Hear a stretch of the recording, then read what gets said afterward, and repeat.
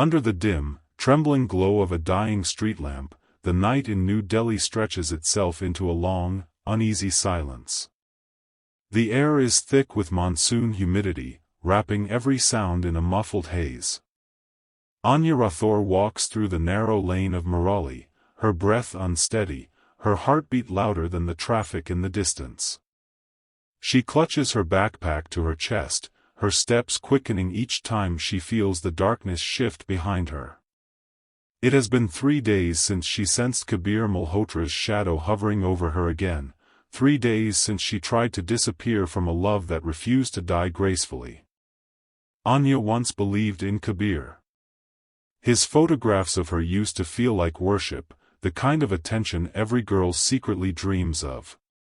Rooftops, metro stations, hidden cafes, she had been his muse. But love rots quickly when obsession infects it. Kabir crossed the fragile lines between affection, possession, and madness long before she realized she was trapped inside a heart that could kill for her. When she finally ended the relationship, she thought she had escaped. Kabir simply changed his methods, from devotion to surveillance, from romance to threats, from flowers to warnings carved into her door. Inside Murali police station, CID officer Abhimanyu Singh flips through her case file under harsh fluorescent light. Missing for 72 hours. Last message from her phone, Kabir found me. Abhimanyu feels a cold ripple across his spine. This isn't just another case. He remembers Kabir well, the boy with restless fingers, eyes too quiet, and a smile that hid storms. Abhimanyu had tried to warn Anya months ago, had tried to get Kabir detained. But without proof, the law gave Kabir time, and Kabir used that time to sharpen his obsession into a weapon. The landline rings, slicing the silence. Abhimanyu answers, expecting routine updates. But the voice on the other side is hoarse, distorted by a voice changer, yet unmistakably Kabir. "She's with me, sir," the voice purrs, each word dripping with triumph. "She's safe. Only with me. You were too late again." Before Abhimanyu can respond, the call disconnects. The officer's jaw locks, rage simmering beneath his calm exterior.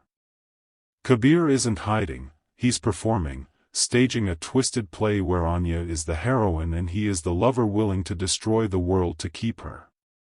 Anya wakes up in a dim warehouse, wrists tied, head throbbing. Kabir sits across from her, clicking photographs as though documenting the final moments of a love story he refuses to let end. "I told you," he murmurs, brushing her cheek with the back of his fingers, "you can leave anyone, but not me." She trembles. "Kabir, this isn't love." His smile widens. "Of course it is. Real love hurts." Outside, thunder growls over Delhi's edges.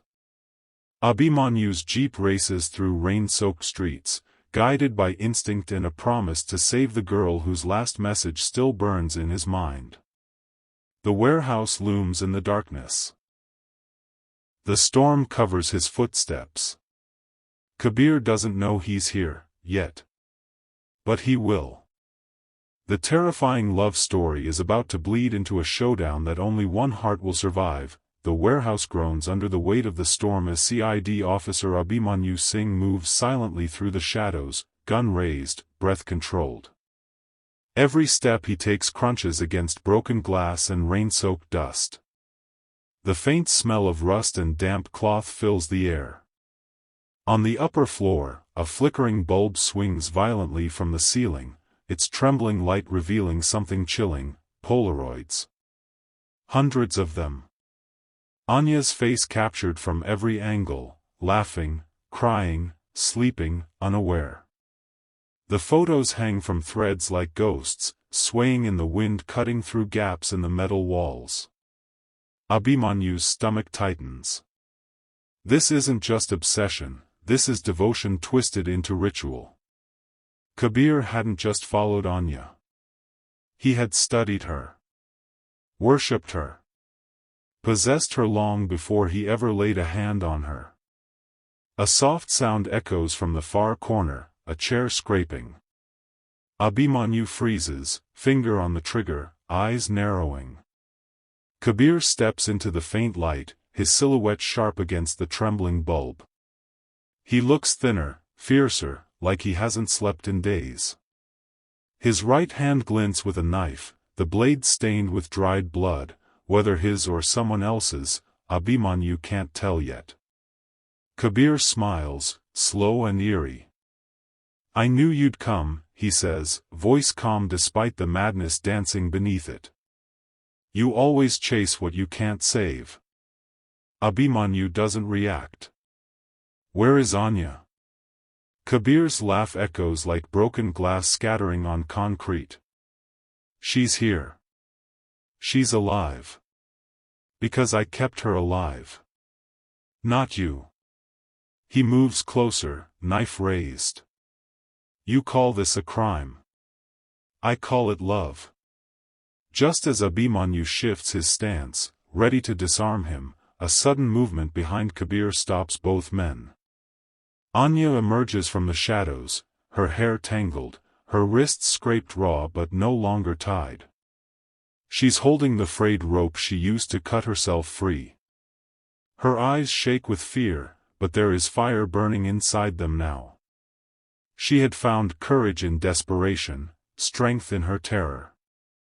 "Anya," Abhimanyu whispers, warning her to stay back. Kabir hears it too. His body stiffens. He turns slowly to face her. "You freed yourself," he says softly, almost heartbreakingly. "Why would you do that?" "I was protecting you." Anya's voice cracks. "You were killing me." For a moment, Kabir stands frozen, the words carving through him deeper than any blade. Then something snaps. His expression shifts into something feral, a hurt animal ready to strike. He lunges toward her, knife aimed. Abhimanyu fires, not to kill, but to stop him, bullet grazing Kabir's arm. The knife clatters across the floor. Kabir screams, a raw, wounded sound, but instead of retreating, he charges again, consumed by a love that no longer resembles anything human. The fight turns violent, brutal. Abhimanyu grappling him, Kabir fighting with a desperate strength born from obsession. For a moment, Kabir tries to throw himself toward Anya again, as if dying in her direction would still mean something. Abhimanyu slams him to the ground, handcuffs biting into Kabir's wrists. The storm outside rages, but inside, only Kabir's words echo. "She was mine. She will always be mine." Anya steps back, trembling. The love story she once believed was beautiful has shattered into something monstrous, and still, it isn't over. The sirens fade into the distance as Kabir is dragged into custody, but the echoes of his final words cling to Anya's skin like cold breath. She watches him disappear through the warehouse doors, rain blurring the world around her, yet one thing remains painfully clear: nothing feels over. Not truly. Not when love has been twisted into a wound that refuses to close. Days pass. Anya returns to her apartment in South Delhi, but the place no longer feels like home. The silence there is different, too sharp, too watchful. She keeps the curtains drawn, flinching at every footstep in the hallway, every motorcycle stopping near the building, every phone vibration. Trauma leaves fingerprints even after the hands are gone. Abhimanyu visits often, partly for the case, partly because he can see how fear has hollowed her out. He tells her Kabir is locked away, awaiting psychiatric evaluation. He tells her she's safe. Anya nods, but her eyes say otherwise. Safety is a feeling, not a fact, and hers has been stolen. One night, unable to sleep, she opens her laptop to delete old photos, Kabir's pictures of her. But before she can, a notification pops up on the screen. New message received, anonymous. He loved you because he understood you. We understand him. Her breath catches. She reads the message again. Her hands tremble. She shuts the laptop so fast the sound echoes through the room. At the same time, miles away, Abhimanyu is going through Kabir's seized devices in the CID cyber lab. The team has cracked his hard drives, revealing hidden folders, encrypted chats, and, most disturbing, an online community Kabir was deeply involved with. A twisted forum worshipping the idea of eternal love, where obsession is romanticized, where following someone is called devotion, and where dangerous individuals share photos, methods, and fantasies. Kabir wasn't just a lone obsessive lover. He was part of something larger. Something organized. Something waiting. Abhimanyu scrolls through the chat logs, reading messages that chill him to the bone. Kabir did what we all dream of. True love requires sacrifice. If she leaves, bring her back. Always. And then a photo file appears. Taken just last night. From across the street. Anya's apartment window. Abhimanyu feels his heartbeat slow, then slam in his chest. Someone is watching her. Someone new. Someone continuing Kabir's story like a sequel written in blood. He rushes to his jeep, speeding through Delhi's midnight streets, siren off to avoid warning whoever is lurking. When he reaches her building, the security guard is asleep. The lobby lights flicker exactly the way the warehouse lights flickered, like a pattern. Like a warning. He climbs the stairs 2 at a time. Anya opens the door before he can even knock, eyes wide, breath shaky, as if she felt danger standing outside. Someone messaged me, she whispers. Someone who knows him. Abhimanyu doesn't waste a second. He enters, looks around, checks the windows. And that's when he sees it, on the opposite rooftop, faint, almost invisible in the rain. A silhouette. Watching.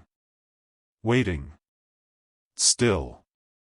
When the figure realizes Abhimanyu has spotted him, it vanishes into the darkness. Anya clutches her arms. It's not over, is it? Abhimanyu shakes his head slowly. No. Kabir was only the beginning. And somewhere deep in Tihar jail, Kabir Malhotra smiles at the ceiling of his cell, as though he can feel the next chapter unfolding exactly as he wanted. The terrifying love story continues, this time with more than one lover in the dark.